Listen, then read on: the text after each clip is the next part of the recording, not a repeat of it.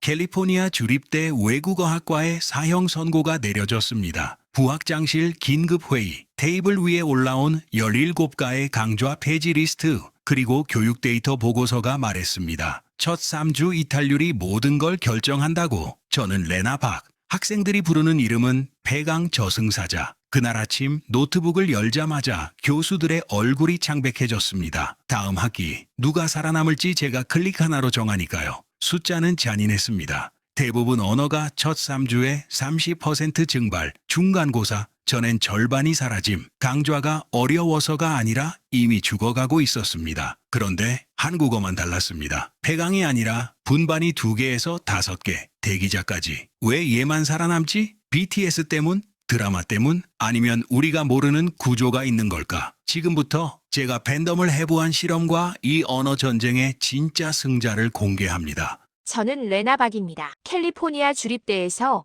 강좌 존폐를 결정하는 일을 하죠. 직함은 교육 데이터 기획자입니다만 학생들 사이에서는 다른 이름으로 불립니다. 폐강 저승사자. 사람들은 대학을 낭만적으로 봅니다. 학문의 전당이라고 생각하죠. 하지만 제가 매일 보는 건 숫자입니다. 등록률, 중도 탈락률, 수익성 지표. 이 숫자들이 언어의 생사를 결정합니다. 지난주 월요일 아침이었습니다. 부학장실에서 긴급회의가 소집됐죠. 다음 학기 예산안을 논의하는 자리였습니다. 테이블 위에는 17개 외국어 강좌 리스트가 놓여 있었어요. 부학장이 입을 열었습니다. 예산 삭감이 필요하다고 했죠. 저는 지난 3년간의 데이터를 펼쳤습니다. 프랑스어, 독일어, 이탈리아어, 러시아어, 중국어, 일본어, 한국어 모든 언어의 첫 3주 이탈률을 추적했습니다. 충격적이었죠. 대부분의 언어가 첫 3주에 30% 이상 학생을 잃었습니다. 중간고사 전에는 절반이 사라졌어요. 언어가 어려워서 죽는 게 아니었습니다. 첫 3주에 이미 죽어 있었죠. 그런데 이상한 게 있었습니다. 다른 강좌들은 폐강 위기인데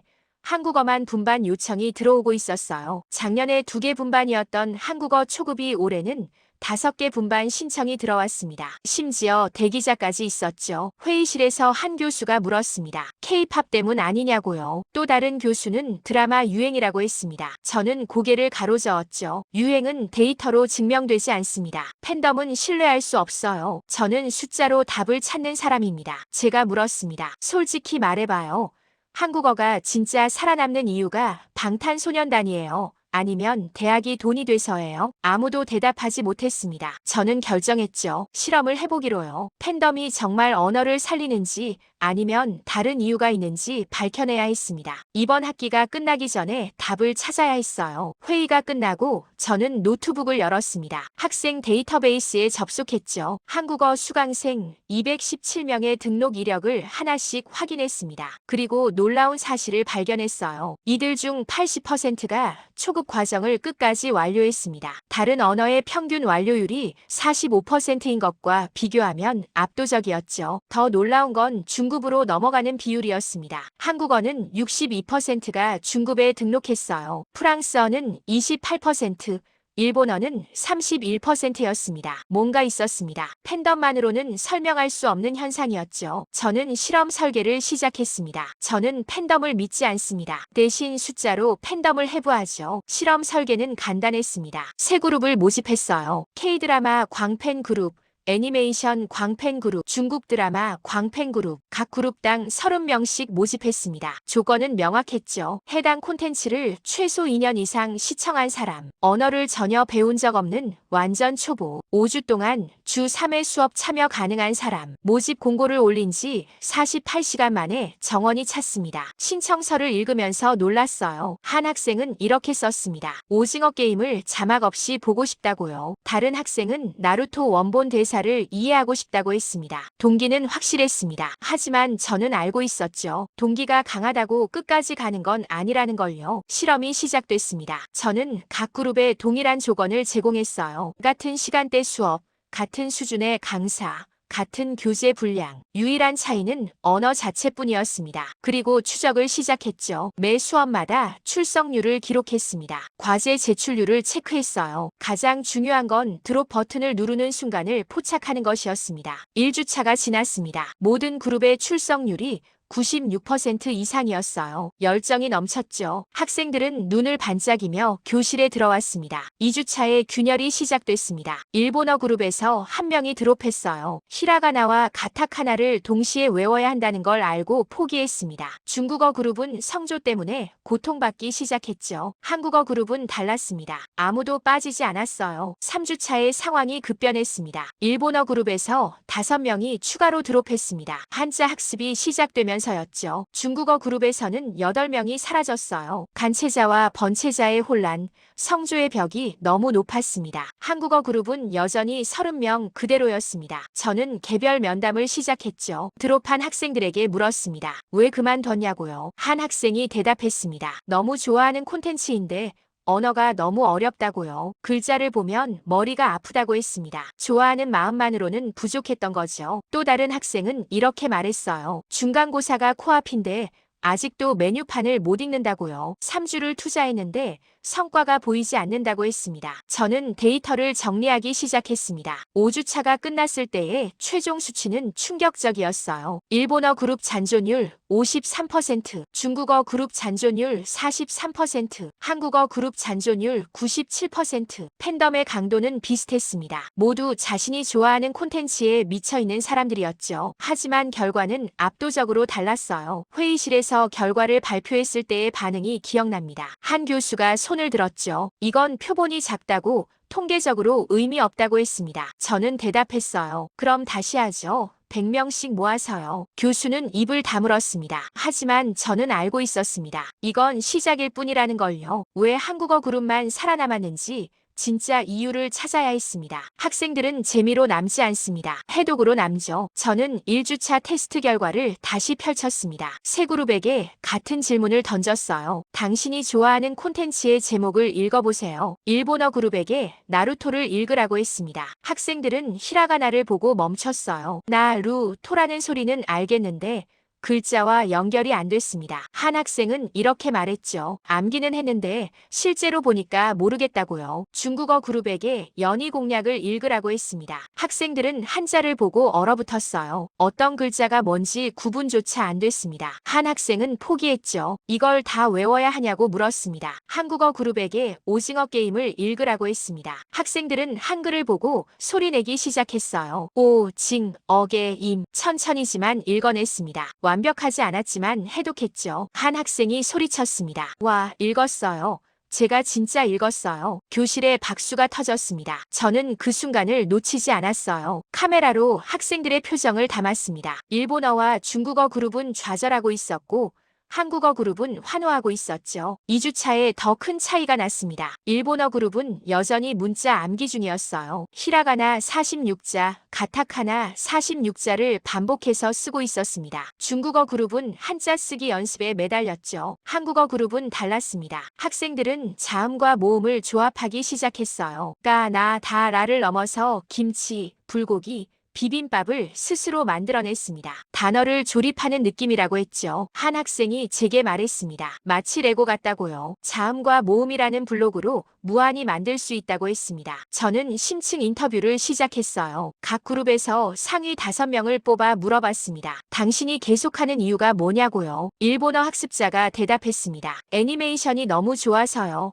하지만 글자가 너무 많아요. 언제쯤 읽을 수 있을지 모르겠다고 했습니다. 중국어 학습자가 말했죠. 드라마 대사를 이해하고 싶은데 한자가 산처럼 쌓여 있다고요. 끝이 보이지 않는다고 했습니다. 한국어 학습자는 웃으며 대답했어요. 지난주에 인스타그램에서 한글을 읽었다고요. 방탄소년단 포스트를 직접 읽었다고 했습니다. 완벽히 이해는 못했지만 읽을 수는 있었다고요. 그게 차이였습니다. 읽지도 못하는데 어떻게 사랑을 유지할 수 있겠어요? 눈으로 못 읽는 언어를 누가 끝까지 하겠습니까? 저는 데이터 분석을 심화했습니다. 학습자의 자기 효능감 점수를 주차별로 측정했어요. 1주차에는 세 그룹 모두 7점 이상이었습니다. 하지만 3주차에 격차가 벌어졌죠. 일본어 학습자 평균 4.2점, 중국어 학습자 평균 3.8점, 한국어 학습자 평균 7.9점. 자기 효능감이 떨어지면 드롭률이 올라갔습니다. 당연한 수순이었죠. 나는 못한다는 생각이 들면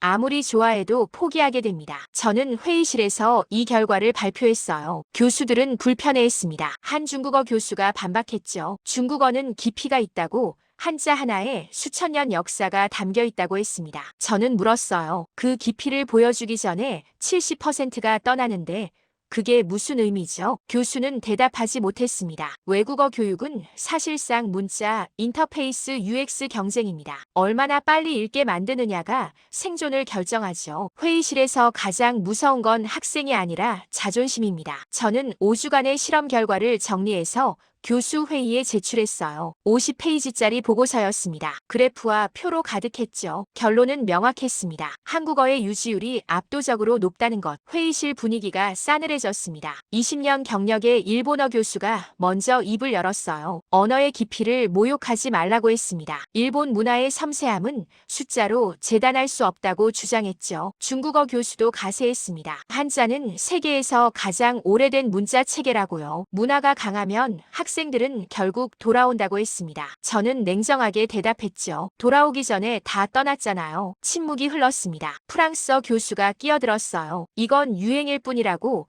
K-팝이 사그라들면 한국어도 무너질 거라고 했습니다. 저는 노트북을 열었습니다. 5년치 데이터를 화면에 띄웠죠. 한국어 수강생 증가 그래프를 보여줬습니다. 2019년부터 꾸준히 상승 곡선을 그리고 있었어요. 그리고 말했습니다. 5년이면 유행이 아니죠.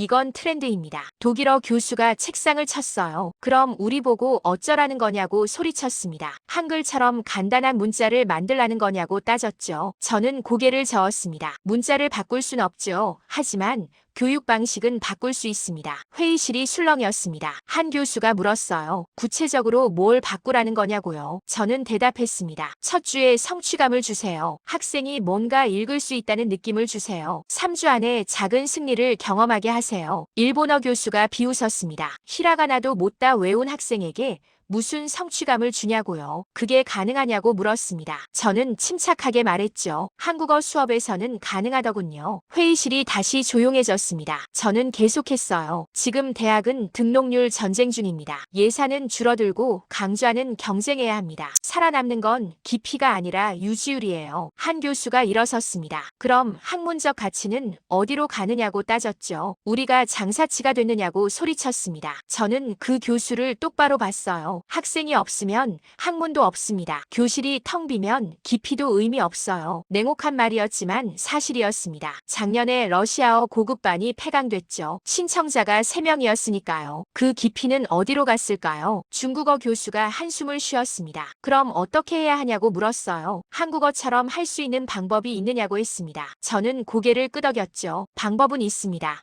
하지만 먼저 인정해야 해요. 지금 방식이 학생을 잃고 있다는 걸요. 부학장이 개입했습니다. 레나의 말이 맞다고, 변화가 필요하다고 했죠. 하지만 교수들의 표정은 여전히 굳어 있었습니다. 저는 제안했어요. 공개 수업을 해보자고요. 한국어 초급 첫 수업을 다른 언어 교수들이 참관하는 거죠. 직접 보면 알 수 있을 거라고 했습니다. 일본어 교수가 물었어요. 뭘 본다는 거냐고요. 저는 웃으며 대답했습니다. 기적을 보시게 될 겁니다. 단 2시간. 여기서 승부가 끝났습니다. 공개 수업 날짜가 정해졌어요. 목요일 오후 2시 대형 강의실. 한국어 초급반 첫 수업을 공개한다고 공지했습니다. 외국어학과 교수 14명이 참관 신청을 했죠. 저는 한국어 강사인 김 교수에게 부탁했습니다. 평소대로 해달라고요. 특별한 쇼를 하지 말고 그냥 첫 수업을 진행해달라고 했죠. 김 교수는 고개를 끄덕였습니다. 걱정 마세요. 학생들이 증명할 겁니다. 수업 당일이 왔습니다. 강의실 뒤쪽에 교수들이 앉았어요. 팔짱을 낀 채 회의적인 표정이었습니다. 일본어 교수는 노트를 꺼내 들었죠. 학생 25명이 입장했습니다. 한국어를 한 번도 배운 적 없는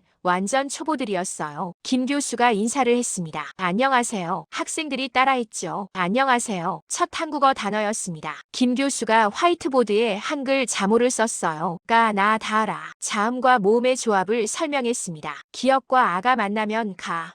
니은과 아가 만나면 나. 학생들이 따라쓰기 시작했습니다. 10분이 지났죠. 김 교수가 질문했어요. 이제 여러분 이름을 한글로 써볼까요? 한 학생이 손을 들었습니다. 제 이름은 에밀리인데요. 어떻게 써요? 김 교수가 칠판에 적었죠. 에밀리. 학생의 눈이 커졌습니다. 와, 이게 제 이름이에요. 네, 맞습니다. 다른 학생들도 손을 들기 시작했어요. 제이슨, 소피아, 마이클, 제니퍼. 김 교수가 하나씩 적어줬습니다. 학생들은 자기 이름을 한글로 노트에 적었죠. 30분이 지났습니다. 김 교수가 K-팝 노래 제목을 칠판에 썼어요. 다이너마이트, 버터, 작은 것들을 위한 시, 학생들에게 읽어보라고 했습니다. 학생들이 더듬거리며 읽기 시작했어요. 이트. 완벽하진 않았지만 읽어냈습니다. 뒤쪽에서 웅성거림이 들렸죠. 저는 교수들의 반응을 살폈습니다. 일본어 교수가 펜을 놓았어요. 중국어 교수는 앞으로 몸을 기울였습니다. 60분이 지났습니다. 김 교수가 학생들에게 과제를 냈어요. 한국 음식 메뉴판 사진을 보여줬습니다. 김치, 불고기, 비빔밥, 냉면. 읽어보세요. 학생들이 소리내어 읽었습니다. 김치, 불고기, 비빔밥. 한 학생이 소리쳤죠. 저 이거 읽을 수 있어요. 진짜로요. 교실에 웃음이 터졌습니다. 뒤쪽 교수들은 웃지 않았어요. 표정이 굳어 있었습니다. 90분이 지났습니다. 수업이 끝나는 시간이었죠. 김 교수가 마무리 인사를 했습니다. 오늘 배운 걸 복습하고 다음 주에 봐요. 학생들이 일어섰습니다. 한 학생이 친구에게 말했어요. 나 진짜 한글 읽을 수 있어. 믿기지가 않아. 수업이 끝나고 교수들이 앞으로 나왔습니다. 일본어 교수가 먼저 입을 열었죠. 말도 안 돼요. 90분 만에 읽을 수 있다고요? 김 교수가 웃으며 대답했습니다. 한글의 구조가 그렇게 만들어졌어요. 조합의 원리를 이해하면 누구나 읽을 수 있죠. 중국어 교수가 물었습니다. 하지만 의미는 모르잖아요. 읽기만 할 뿐이죠. 김 교수가 고개를 끄덕였어요. 맞습니다. 아직 의미는 몰라요. 하지만 읽을 수 있다는 자신감이 생겼죠. 그게 중요합니다. 프랑스어 교수가 탄식했습니다. 우리는 첫 수업에서 알파벳을 가르쳐요. 읽기까지는 최소 3주가 걸립니다. 저는 끼어들었어요. 그게 차이입니다. 첫 수업 끝나고도 나는 할 수 있다는 생각이 안 생기는데 그 과목을 왜 다음 학기에 듣겠어요? 독일어 교수가 반박했습니다. 하지만 이건 속임수예요. 진짜 언어 실력과는 거리가 멀죠. 저는 데이터를 보여줬습니다. 이 학생들의 1학기 완료율은 94%입니다. 다른 언어는 평균 48%고요. 속임수가 학생을 붙잡아두나요? 아무도 대답하지 못했습니다. 한글이 뛰어난 건 맞습니다. 그런데 더 무서운 건 설계 철학이죠. 저는 공개 수업 이후 일주일 동안 고민했어요. 왜 한국어만 학생을 붙잡아두는가? 한글 자체의 우수성만으로는 설명이 안 됐습니다. 다른 뭔가가 있었죠. 저는 한국어 커리큘럼을 처음부터 다시 분석했습니다. 주차별 학습 목표를 펼쳤어요. 그리고 깨달았습니다. 이건 한글 찬양이 아니었습니다. 성취감 제조 시스템이었죠. 1주차 목표는 읽기였습니다. 자음과 모음 조합을 익히고 단어를 소리내어 읽는 것. 학생들은 첫 수업 끝나고 뭔가를 읽을 수 있었어요. 2주차 목표는 조합과 쓰기였습니다. 배운 자모를 활용해서 새로운 단어를 만드는 것. 학생들은 스스로 단어를 조립할 수 있었죠. 3주차 목표는 실사용이었습니다. 실제 메뉴판, 노래 가사, 표지판을 읽는 것. 학생들은 자기가 좋아하는 콘텐츠를 직접 읽을 수 있었어요. 성취감이 주 단위로 설계돼 있었습니다. 매주 학생은 새로운 승리를 경험했죠. 나는 할 수 있다는 느낌이 계속 쌓였습니다. 저는 다른 언어의 커리큘럼과 비교했어요. 일본어는 어땠을까요? 1주차 히라가나 암기, 2주차 가타카나 암기, 3주차 기본 한자 소개. 학생들이 뭔가를 읽을 수 있는 건 4주차 이후였습니다. 중국어는 더 길었죠. 1주차 성조 연습, 2주차 병음 시스템, 3주차 기초 한자. 실제로 문장을 읽는 건 6주차였어요. 성취감이 너무 늦게 왔습니다. 학생들은 그 전에 이미 지쳐 있었죠. 저는 에듀테크 업계의 용어를 떠올렸습니다. 타임 투 퍼스트 윈. 첫 승리까지 걸리는 시간. 게임 업계에서 핵심 지표로 쓰는 개념이죠. 플레이어가 첫 승리를 경험하기까지 시간이 길면 이탈률이 올라갑니다. 빨리 승리를 맛보게 하면 계속 플레이하죠. 언어 교육도 똑같았습니다. 첫 성취까지 시간이 짧으면 학생이 남았어요. 길면 떠났죠. 한국어는 첫 수업에서 승리를 줬습니다. 일본어와 중국어는 성취를 미뤘어요. 결과는 명확했습니다. 저는 이 분석을 교수 회의에서 발표했습니다. 파워포인트를 준비했죠. 제목은 이거였어요. 성취감 설계가 언어를 살린다. 일본어 교수가 손을 들었습니다. 그럼 우리 우리도 첫 수업에서 뭔가 읽게 하면 되는 거냐고 물었어요. 저는 고개를 저었습니다. 문자 구조가 다르니까 똑같이는 안 됩니다. 하지만 원리는 적용할 수 있어요. 중국어 교수가 물었죠. 어떻게요? 저는 대답했습니다. 성취의 단위를 쪼개세요. 한자 10개를 외우는 게 목표가 아니라 한자 하나로 문장을 만드는 걸 목표로 하세요. 작은 승리를 더 자주 주세요. 프랑스어 교수가 끼어들었어요. 하지만 그럼 진도가 느려지잖아요. 저는 반박했습니다. 진도가 빠른 게 중요해요. 아니면 학생이 남는 게 중요해요. 빠른 진도로 가르쳐도 학생이 다 떠나면 무슨 소용이죠? 침묵이 흘렀습니다. 부학장이 입을 열었어요. 레나의 분석이 설득력 있다고 했습니다. 각 언어별로 성취감 설계를 재검토해보라고 지시했죠. 회의가 끝나고 저는 혼자 생각에 잠겼습니다. 한글의 우수성은 이미 증명된 사실이에요. 하지만 그걸 교육 시스템으로 만든 게 진짜 위력이었죠. 세종대왕이 만든 건 문자만이 아니었습니다. 누구나 쉽게 배울 수 있는 구조 자체를 설계한 거였어요. 그 철학이 500년 뒤에도 경쟁력으로 작동하고 있었습니다. 언어는 교실에서 끝나지 않습니다. 채용 공고에서 끝나죠. 학기가 끝날 무렵이었습니다. 저는 한국어 강좌 확대안을 작성하고 있었어요. 2개 분반을 5개로 늘리는 제안서였죠. 그런데 이상한 일이 생겼습니다. 인사처에서 연락이 왔어요. 한국어 TA와 시간 강사 채용 공고를 올려야 한다고 했습니다. 수요가 폭발적으로 늘었다는 거죠. 저는 학과장을 찾아갔습니다. 무슨 일이냐고 물었어요. 학과장이 서류 뭉치를 내밀었습니다. 학생들의 전공 트랙 신청서였죠. 42명의 학생이 한국어를 부전공으로 신청했다고 했습니다. 작년엔 12명이었어요. 더 놀라운 건 이유였습니다. 학생들이 적어낸 신청 사유를 읽었죠. 한 학생은 이렇게 썼습니다. 한국게임 회사 취업을 준비 중입니다. 한국어가 필수라고 합니다. 다른 학생은 삼성 현지 채용에 지원하고 싶다고 했어요. 또 다른 학생은 K뷰티 브랜드에서 일하고 싶다고 썼습니다. 문화 소비가 채용 시장으로 번진 거였죠. K-팝으로 시작했지만 이젠 취업으로 연결되고 있었어요. 저는 급히 취업 데이터를 조회했습니다. 지난 2년간 캘리포니아 지역 한국 기업 채용 공고를 분석했죠. 현대, 기아, 삼성, LG, 쿠팡, 네이버, 한국어 우대 조건이 붙은 채용이 186건이었습니다. 2년 전엔 47건이었어요. 거의 4배 증가했습니다. 저는 학과 회의에 이 자료를 들고 갔습니다. 교수들에게 물었죠. 이게 단순한 유행처럼 보이세요? 중국어 교수가 반박했습니다. 중국어는 더 많은 채용 공고가 있다고요. 경제 규모를 보면 당연하다고 했습니다. 저는 고개를 끄덕였어요. 맞습니다.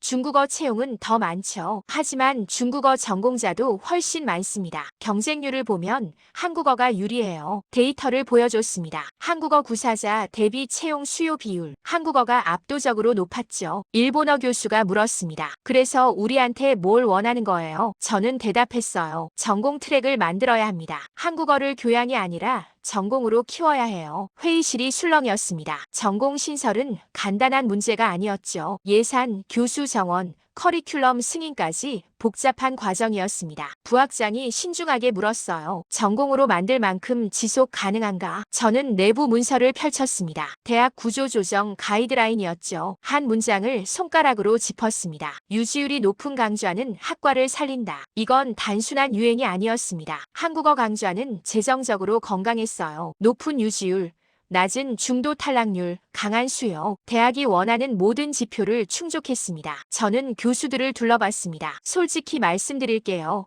지금 대학은 언어학과를 축소하려고 합니다. 예산이 부족하니까요. 하지만 한국어는 예외가 될 수 있어요. 프랑스어 교수가 씁쓸하게 웃었습니다. 결국 돈 얘기네요. 저는 고개를 저었어요. 돈만의 문제가 아닙니다. 학생이 있고 수요가 있고 미래가 있다는 얘기죠. 회의가 끝나고 일주일 뒤였습니다. 학과장에게서 연락이 왔어요. 한국어 전공 트랙 신설이 승인됐다고 했습니다. 저는 창밖을 바라봤습니다. 캠퍼스를 걷는 학생들이 보였죠. 그중 몇 명은 한국어를 전공하게 될 겁니다. K-팝으로 시작해서 커리어로 끝나는 여정이었어요. 세종대왕의 발명은 역사책에만 있는 게 아니었습니다. 지금도 경쟁에서 이기고 있었죠. 최종위원회 발표 날이 왔습니다. 대형 회의실에 학장, 부학장, 전체 교수진이 모였어요. 안건은 명확했습니다. 다음 학기 외국어 강좌 편성안. 저는 단상에 섰습니다. 50분간 발표할 시간이 주어졌죠. 파워포인트 첫 장을 띄웠습니다. 제목은 이거였어요. 왜 학생들은 한국어에 남는가? 저는 지난 6개월간의 연구 결과를 정리했습니다. 팬덤 실험, 유지율 분석,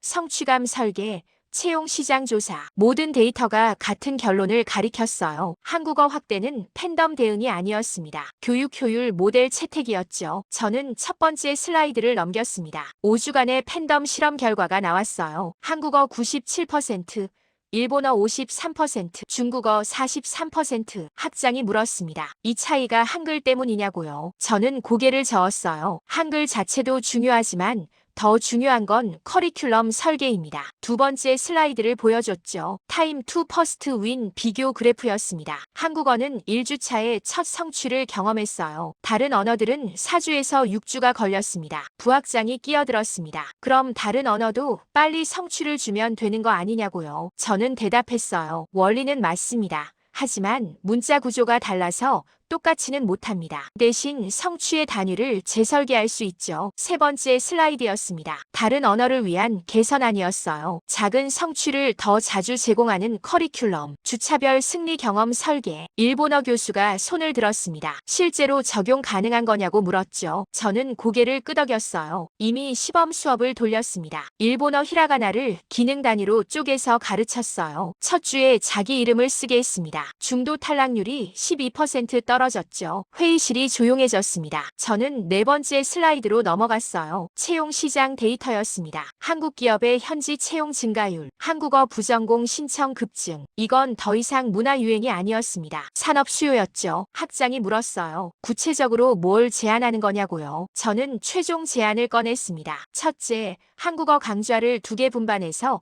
7개 분반으로 확대. 둘째, 한국어 전공 트랙 정식 신설. 셋째, 다른 언어들도 성취감 설계 기반으로 커리큘럼 재편. 프랑스어 교수가 반발했습니다. 이건 한국어만 밀어주는 거 아니냐고요. 저는 침착하게 대답했죠. 아닙니다. 모든 언어가 살아남을 방법을 제시하는 겁니다. 한국어가 증명한 건 팬덤이 아니라 방법론이에요. 저는 마지막 슬라이드를 띄웠습니다. 제목은 이거였어요. 학생은 콘텐츠로 들어오지만 구조로 남는다. K-팝이 학생을 교실로 데려왔습니다. 하지만 한글의 구조가 학생을 붙잡아뒀죠. 성취감 설계가 중도 탈락을 막았어요. 채용 시장이 미래를 보장했습니다. 이게 한국어가 이긴 이유였습니다. 저는 마이크를 내려놓고 질문을 받았어요. 중국어 교수가 손을 들었습니다. 우리도 변할 수 있을까요? 저는 웃으며 대답했죠. 문자는 못 바꿔도 설계는 바꿀 수 있습니다. 학생에게 첫 승리를 언제 주느냐가 관건이에요. 부학장이 투표를 제안했습니다. 제 제안에 찬성하는 사람은 손을 들라고 했죠. 14명의 교수 중 11명이 손을 들었습니다. 가결됐습니다. 회의가 끝나고 저는 캠퍼스를 걸었어요. 한국어 강의실을 지나갔습니다. 유리창 너머로 학생들이 보였죠. 한글을 소리내어 읽고 있었어요. 저는 생각했습니다. 언어 전쟁의 승자는 문화 파워가 아니었어요. 학습 UX였습니다. 당신 과목은 학생에게 첫 승리를 언제 줍니까? 그게 없다면 왜 살아남아야 하죠? 저는 이 질문을 모든 교수에게 던졌습니다. 대답하지 못하는 과목은 사라질 겁니다. 대답할 수 있는 과목만 살아남을 거예요. 한국어는 대답했습니다. 첫 수업에 줍니다. 그래서 이겼죠. 오늘의 사연은 어떠셨나요? 재미와 감동이 있었다면 구독과 좋아요 부탁드립니다. 감사합니다.